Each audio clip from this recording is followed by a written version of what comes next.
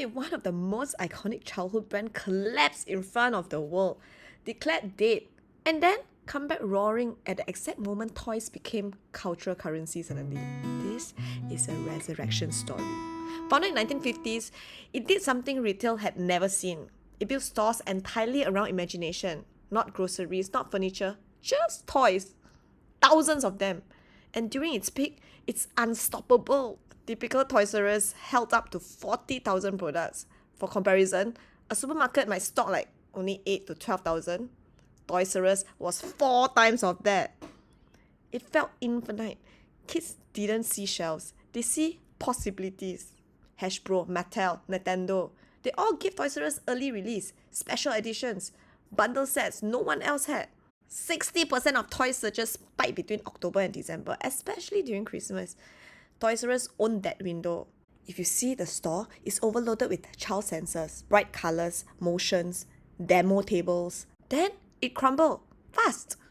People blame Amazon, but the truth was actually uglier. In 2005, there's a $5 billion debt bomb. 2005 leverage buyout drained the company. More that should have gone into digital growth, logistic, new store formats, went into interest payment. Store froze in time because Target upgraded, Walmart modernized, Amazon innovated. But Toys R Us stood still. Lightings looked very old.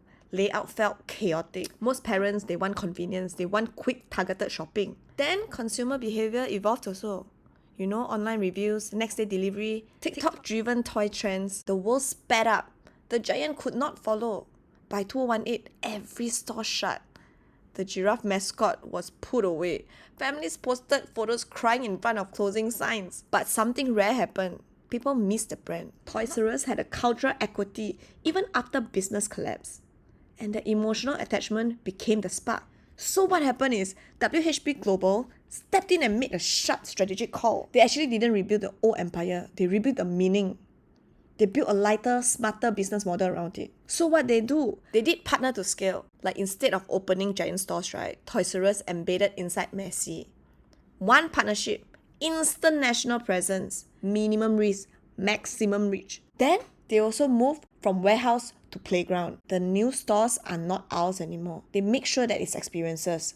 So they now have play zones, demo station, photo walls, character meet and greet, IP team mini worlds. Then they also reinvent omnichannel. The website became curated discovery guide. You got clear choices, trend tracking. You don't need to do an endless scrolling. So the digital handles logic and the physical handles the emotion. Together, they close the sale. Today, toys go viral through TikTok, anime fandoms, gaming clips, influencer unboxing, pop culture waves.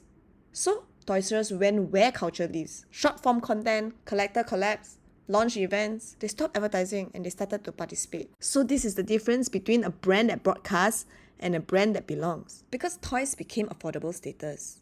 People that cannot afford luxury fashion, or maybe they feel out of reach.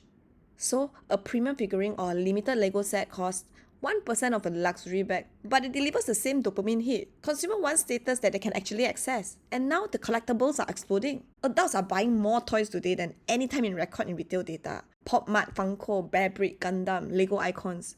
These are not children toys. They are self-expression. Play became a mental therapy. Life is fast, pressured and digital. Toys offer simplicity, joy on demand. Psychologists described it as intentional regression, a way to reset the mind. IP created a lifelong fans. Anime, superhero universe, gaming franchise, cinematic worlds.